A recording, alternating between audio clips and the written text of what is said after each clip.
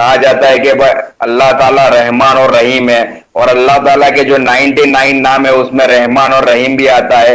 تو کیا لیکن پھر جو ہمارے آریہ سماج کے جو دوست ہے اور ہمارے کچھ ہندو بھائی بھی یہ سوال کرتے ہیں کہ پھر آپ بقرہ عید کے اوپر اتنے سارے جانوروں کو آپ جمع کرتے ہو، ان کی قربانی دیتے ہو، تو کیا اللہ تعالیٰ صرف انسانوں کے اوپر ہی اپنی رحم اور احسان کرتے ہیں، جانوروں کے لیے وہ رحمان اور رحیم نہیں ہے؟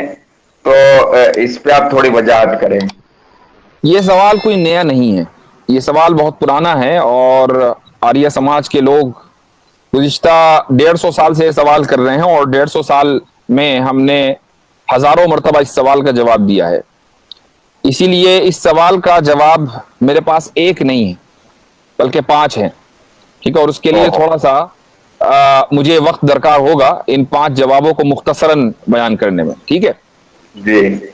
سب سے پہلی بات تو یہ سمجھیے کہ ہم اگر جانوروں کو بغیر کسی اللہ تعالیٰ کی اجازت کے، بغیر اللہ تعالیٰ کی، بغیر جو کہ مالک الملک ہے، پوری کائنات کا مالک ہے، اس کی اجازت کے بغیر اگر ہم جانوروں کو ستائیں تب تو واقعی ظلم ہو.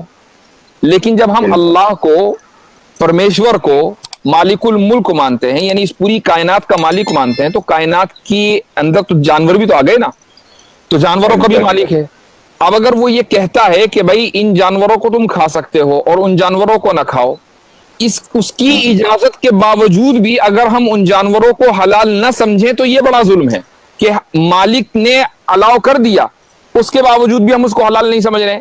یہ زیادہ ظلم ہے، بڑا ظلم ہے. ایک تو بات یہ ہے. دوسری بات، دوسرا جواب دیکھیے، ظلم آپ نے کہا کہ بھائی جانوروں کو کھانا ظلم ہے. ظلم کے مختلف درجات ہیں، ٹھیک ہے، کم درجے کا ظلم، زیادہ بڑے درجے کا ظلم، لیکن ظلم ہونے میں سب چیزیں سب برابر کے شریک ہوتے ہیں. مثال لیجئے، اگر آپ کے نزدیک جانور کو کاٹنا اور اس کو کھانا ظلم ہے تو پھر بھائی جانور کے اوپر سواری کرنا بھی ظلم ہے. چونکہ آپ جانور سے پوچھ کے نہیں بیٹھتے اس کی پیٹھ کے اوپر کہ جی جناب میں آپ کی پیٹھ کے اوپر سواری کر سکتا ہوں کہ نہیں، اور وہ سر ہلا کر جواب دیتا ہوں کہ ہاں جی بیٹھ جاؤ. ایسا نہیں ہوتا. آپ نے اس کو خریدا، آپ اس کے مالک ہیں، آپ اس کی پیٹھ کے اوپر بیٹھ جاتے ہیں، یہ بھی ظلم کا ایک درجہ ہے. ٹھیک ہے، اس سے دودھ نکالنا، گائے کا دودھ نکالنا، کیا آپ نے گائے سے پوچھا ہے کہ جی دودھ نکال لیں آج، یا آج آپ اپنے بچڑے کو پلائیں گی؟ ایسا تو نہیں ہوتا نا. آپ صرف اس لیے کہ میری ملکیت میں یہ گائے ہیں اس لیے میں اس کا دودھ نکالوں گا، محض اس وجہ سے آپ اس کا دودھ نکال لیتے ہیں. یہ بھی ایک ظلم ہے، چونکہ جو چیز اس نے یعنی میں آپ سے کوئی چیز آپ کی اجازت کے بغیر لے لوں تو کیا یہ نہیں کہا جائے گا کہ میں نے آپ کے اوپر ظلم کیا؟ اور آپ جو ہے گائے کا دودھ اس کی اجازت کے بغیر لے رہے ہیں، یہ بھی ظلم کا ایک درجہ ہے. تو ایسے ہی اگر گوشت کھانا یا کسی جانور کو حلال کرنا، ذبح کرنا، اگر یہ ظلم ہے تو یہ بھی سارے ظلم ہیں، چونکہ یہ بغیر اجازت کے آپ جانور کی اجازت کے بغیر کرتے ہیں. ظلم ہونے میں سب شریک ہیں. آپ یہ کہہ سکتے ہیں کہ ایک چھوٹا ظلم ہے، ایک بڑا ظلم ہے، لیکن اگر آپ چھوٹے ظلم کو جائز قرار سمجھتے ہیں اور اس کو مناسب سمجھتے ہیں تو پھر بڑا ظلم جو ہے اس کو بھی جائز سمجھیے. ٹھیک ہے، آگے چلیے. مثال کے طور پر تیسرا جو جواب ہے وہ یہ ہے کہ ہم بہت آسانی کے ساتھ اس بات کو نارمل سمجھتے ہیں کہ جانور کی پیٹھ کے اوپر ہم سوار ہوں، لیکن جب ہم جانور کے اوپر سوار ہوتے ہیں نا تو جانور کا جو جسم ہے وہ ہمارے جسم کی سواری بنتا ہے. ٹھیک ہے، لیکن اگر ہم اسی جانور کو مثلا حلال کریں، ذبح کریں اور اس کو کھا لیں، اب جو اس کا گوشت ہے وہ ہماری روح کی سواری بنتا ہے. ٹھیک ہے، جب تک کہ ہم نے اس کو نہیں کھایا وہ ہمارے جسم کی سواری ہے، جب ہم نے اس کو کھا لیا اب وہ ہمارے روح کی سواری ہے. جسم اور روح کے درمیان اگر آپ کمپیریزن کریں نا تو روح جو ہے وہ ہمیشہ اعلیٰ اور یعنی بلند چیز، ہاں وہ زیادہ پوتر، اس کو سٹل کہتے ہیں، وہ لطیف ہے. اور جو جسم ہے وہ ایک ادنا درجے کا ہے. یہی وجہ ہے کہ روح جلدی گندگی قبول نہیں کرتی، لیکن جسم جو ہے روزانہ گندا ہوتا ہے. اور اگر روح گندی ہوتی ہے تو وہ جسم کے گندا ہونے کی وجہ سے گندی ہوتی ہے. تو یہ چیز جانور کے لیے بھی شرف اور اس کی عزت کا باعث ہے کہ وہ پوتر چیز کی سواری بنے، نہ کہ وہ اس چیز کی کہ جس جسم کے اوپر گندگی دن رات لگی رہتی ہے. ٹھیک ہے، یہ آپ کا تیسرا جواب ہوا. چوتھا جواب سنیے. وہ لوگ جو اس پر اعتراض کرتے ہیں کہ جی جناب جانوروں کو ذبح کرنا غلط ہے اور ظلم ہے، عام طور سے یہ وہ لوگ ہیں جو اگلے جنم کا عقیدہ رکھتے ہیں. ٹھیک ہے، آپ بھی مانتے ہیں کہ بھئی وہ یہ کہتے ہیں کہ بھئی ہم مرنے کے بعد دوبارہ ہمارا جنم ہوگا اور جنم جب تک ہوتا رہے گا جب تک کہ مکتی نہ ملے.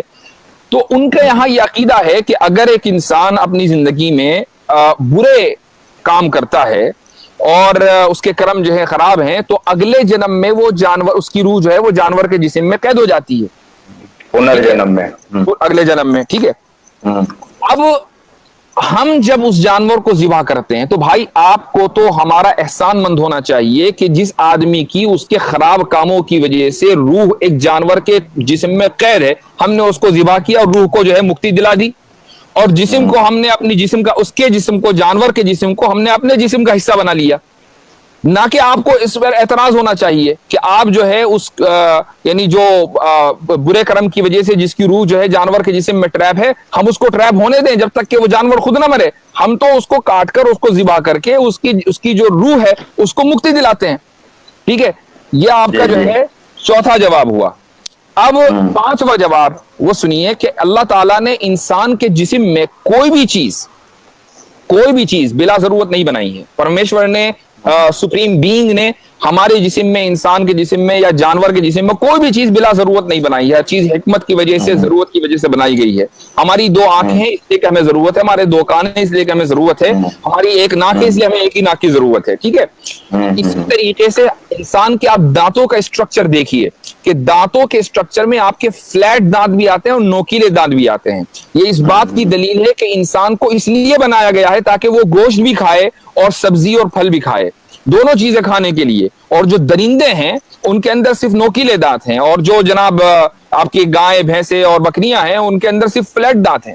تو اللہ تعالیٰ نے انسان کو دونوں طرح کے دانت اس لیے دیے ہیں تاکہ فطرتاً وہ دونوں طرح کی چیزوں کو کھا لے. تو اگر کوئی آدمی یہ کہے کہ نہیں جی جانوروں کو کھانا تو رحم کے خلاف ہے، جانور کو کھانا تو فطرت کے خلاف ہے، تو وہ آدمی دراصل جو انسان کا جو بیسک اسٹرکچر ہے اور اس کی جو سائنس ہے اس کو نہیں سمجھتا. ہاں اتنا ضرور ہے کہ اسلام نے ہر طرح کے جانوروں کو حلال نہیں کیا ہے. کچھ جانور حلال ہیں، کچھ جانور حرام ہیں، اور اس کی وجہ یہ ہے کہ جن جانوروں کو حرام قرار دیا ہے دراصل اس لیے حرام قرار دیا ہے کہ ان کی طبیعت اور ان کی صفت کا، ان کے اندر جو کوالٹی ہے، کھانے کی وجہ سے وہ کوالٹی انسان کے اندر منتقل ہوتی ہے. مثال کے طور پر خنزیر کو اسلام میں حرام اس لیے قرار دیا گیا ہے، ایک تو یہ کہ اس کے اندر نجاست اور گندگی ہے، اور دوسرے یہ کہ اس گندگی کی وجہ سے اس کے اندر بے حیائی بہت ہے. گورے جو لوگ ہیں، جو گورے انگریز ہیں، ان کے اندر بے حیائی اتنی کیوں ہوتی ہے؟ اس قدر بے حیائی کے اتنا، یعنی انڈیا کے جو مووی انڈسٹری ہے وہ بھی پیچھا کرتے کرتے تھک گئی لیکن وہاں تک پہنچی نہیں پاتی. وہ بے حیائی میں اتنا آگے نکلے ہوئے ہیں ویسٹرنز. اس کی وجہ یہ ہے کہ دن رات کی ان کی خوراک جو ہے وہ خنزیر ہے. اس بے حیائی کی وجہ سے انسان کے اندر بے حیائی آتی ہے. اس لیے اسلام نے سور کو، خنزیر کو مسلمانوں کے لیے جائز قرار نہیں دیا. اسی طریقے سے جو درندے ہیں ان کو جائز اس لیے قرار نہیں دیا چونکہ درندوں کے اندر جو صفت ہے وہ ہے بد اخلاقی اور خود غرضی. اگر درندے کو بھوک لگے گی تو وہ سامنے والے کو مارنے میں 2 منٹ نہیں لگائے گا. سامنے والے جانور کو اس کو صرف بھوک لگنے کی دیر ہے، وہ خود غرض ہے. اس لیے درندوں کو اور خنزیر کو اسلام میں انسان کے لیے جائز قرار نہیں دیا گیا ہے. ہاں جن جانوروں کے اندر ایسی صفات نہیں ہیں ان جانوروں کو حلال قرار دیا گیا ہے. یہ ایک بنیاد